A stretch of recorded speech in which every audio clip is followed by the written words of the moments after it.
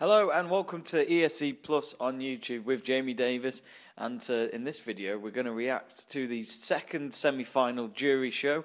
It took place on Wednesday night. I attended the arena to watch the show and it was a lot more packed than the Monday night's jury show, and I'm not sure if that's because more people are getting more buzzed for Eurovision come the grand final. We're nearly there now, just one more semi-final until we know who the 26 countries will be competing at the grand final on Saturday. And the second semi-final was, in my eyes, not the same standard as the first semi-final. As I said in the previous videos, the first semi-final was jam-packed full of songs that could win the Eurovision Song Contest. And this time around, there was quite a few songs that I personally think will not win the song contest. There may be one or two surprises in that 18-song lineup, but I think this semi-final might not have the winner. I think the first semi-final has got the winning song.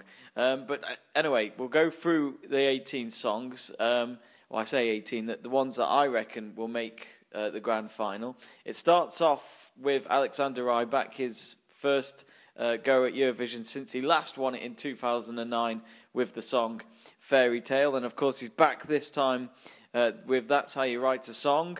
And it's got him second favourite at the moment in the bookies, and he could do it again. I can see why people would vote for him. I can see why he could win the Eurovision Song Contest again. He could be the next Johnny Logan, which means winning it more than once for your country. But we'll find out. But I reckon he will definitely make the grand final. Now, I might change my mind between now and when the live show goes out on Thursday night. But I honestly think Norway might be the winning song for semi-final 2.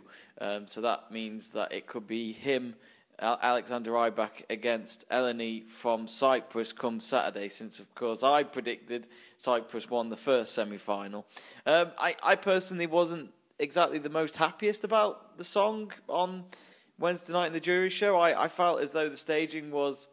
I mean, it was exactly the same as the Melody Grand Prix performance when, of course, he got selected by Norway. But, we've had songs in the past that have been similar from their national final performance. And normally it works out, normally it doesn't. And I just think this time it might not work out for Alexander Rybak because it just didn't seem...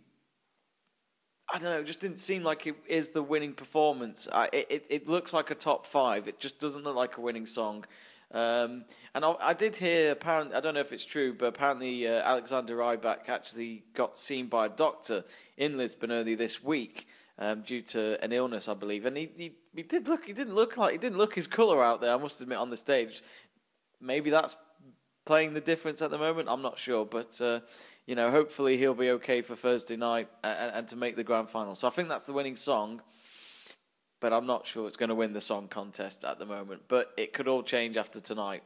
Next up we have Ukraine. Now Ukraine, I'm really surprised by this one because I didn't expect Ukraine to actually come back this year with a good song after they just hosted Eurovision in Kiev last year. And this is Under the Ladder with Milovin, and I do like this song. It was the last song in the running order of semi-final 2, which really does help the song do well. And talking to fellow members of the ESCplus team, they reckon he could be the winning song.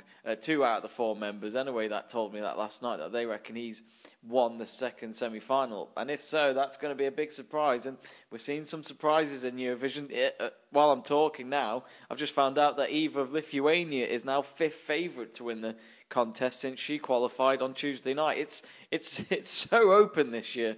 You just cannot second guess Eurovision this year. Really is open. You could talk about Israel, you could talk about Cyprus and Norway, but you just sense that there might be one song that could just surprise everyone and get the votes that will be enough to take it back with them wherever they come from for next year's show.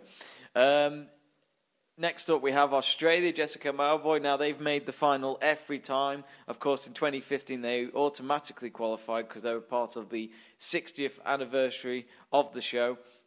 But now they have to always get to the grand final from the semi since they came back in 2016. And yet again, that 100% record, I think, will stay there. They'll make the final. Jessica Mauboy, of course, is massive in Australia, and it's a good song. It got a lot of people going because, as I said, this second semi-final is a bit meh, not anything like the first one, but I think Australia have done well there yet again, and they always have a good song. They always seem to get at least a top 10 finish, and they may do that this year with Jessica. We'll find out, but I think she's a definite qualified act for Saturday.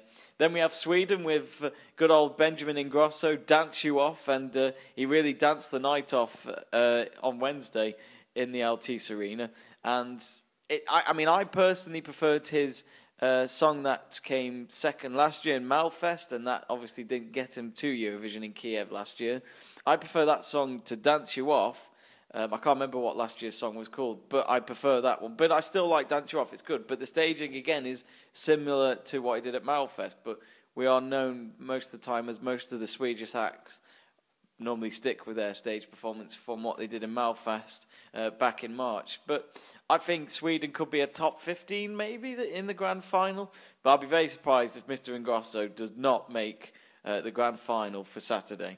So another one, my fifth qualifier, is Montenegro. Now, funny enough, I was sitting right behind him in the green room. I wasn't in the green room, I was just outside of it, on the other side of the barrier. And I was right behind his delegation team, and obviously he was sitting there with them after he did his performance. And I think he could make it. Vanja is very... He is very passionate about his music. I remember when we interviewed him in London at the London Eurovision party, and he was very passionate about his song. And I think he wanted to do more than one song. When I asked him, does it feel weird to do one song and then go off after 3 minutes? And he said it's totally weird, but I think he'll definitely make it. It's a very good song. Like I say, very passionate voice, a very good voice. And I think it could be a surprise. I don't know how many people expect him to make the final. I wasn't sure it'd be that popular, but I think it could just do the job for Thursday night. Next up is Malta. Now, I really like Malta because I didn't really hear this song. Now, when I did the commentary for the dress rehearsals, which you can still watch again on our ESCplus YouTube channel, it is Taboo by Christabel, and it is about mental health, and it's a song that's very popular at the moment because, let's be honest, mental health is a big problem in this world right now, and it's a song like that that's helps people realise how bad it is, I guess. Not to promote it, but to make people realise, as I said, it is a problem. It's just as bad as other things that people can get. And I think Christabel did really, really well with the performance. The staging is spot on as well. It just makes you remember the song even more. And I think Malta should be proud to make the final. They definitely will. I'm sure of it. Next, we have Netherlands with Waylon. And Waylon, we all remember that guy. He went to the grand final in 2014 and finished runners-up for the Netherlands with the Common Linnets. And it was a great song. He's come back on his own as a country singer again. And can he do one better? I don't think he will, but I think he'll make the final.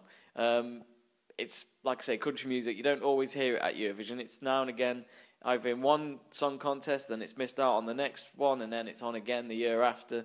But I think this time it could just do it. It's different. It's different. It makes people remember. Moldova. Now Moldova, this is the country that produced the Sunstroke Project band. And as we all know from Moldova, their performances are just not normal. It's so random and bizarre. It really does help you remember them come the voting, and I think Moldova are going to make the final again. It's such a good song. It's My Lucky Day by Dorodus. I think that's how you pronounce it. And it's like a circus act, but not in a bad way. I'm not trying to say that's bad. I'm trying to say it's really, really good. But it's just a very good staging, and to fill it all in 3 minutes in that, it's really, really good. Basically, there's a wall during the performance, and they keep popping out of it like their windows and flappers and you name it. They do all sorts, and it's quite an entertaining performance. And as I said, this semi-final is a bit low quality compared to the first one, so it did make it a little bit more fun to watch the show when they turned up anyway. We have Denmark. Now, this is my 9th qualifier. This is Rasmussen.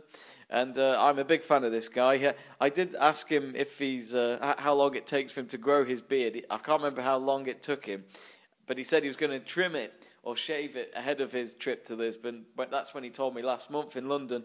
And it doesn't look like he's trimmed it at all. He probably has. I do believe him, but I couldn't tell when I saw him on stage. But it was a good song. It was a good song. Expect a lot of ships on the stage as well. But it's great decoration. He's a great singer. I think he's a music teacher or something like that back in Denmark, which I guess for many people could say it's a normal job. But, you know, it's a job he's passionate about. He loves doing it.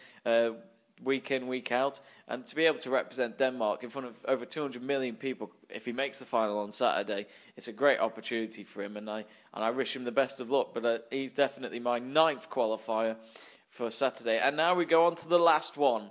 Can you guess? Can you guess? I'll give you. It begins with the letter S. Slovenia, yes.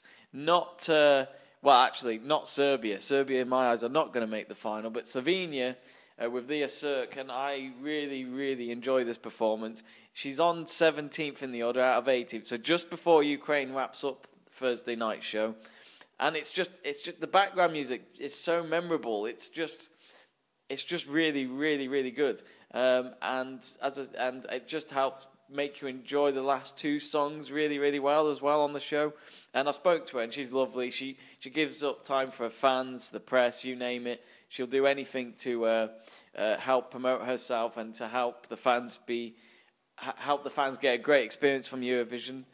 So it's great to see the esc at Eurovision this year, and I think she'll make the grand final. So those are my top 10 predictions. Those are the 10 countries I reckon will make the grand final on Saturday. What do you think? Why not put down your top 10 countries in the comments below? We'd love to hear from you on ESCplus. Remember to subscribe to our YouTube channel for more of our Eurovision videos, and to follow us on Facebook, Instagram and Twitter, and check out our website, escplus.com.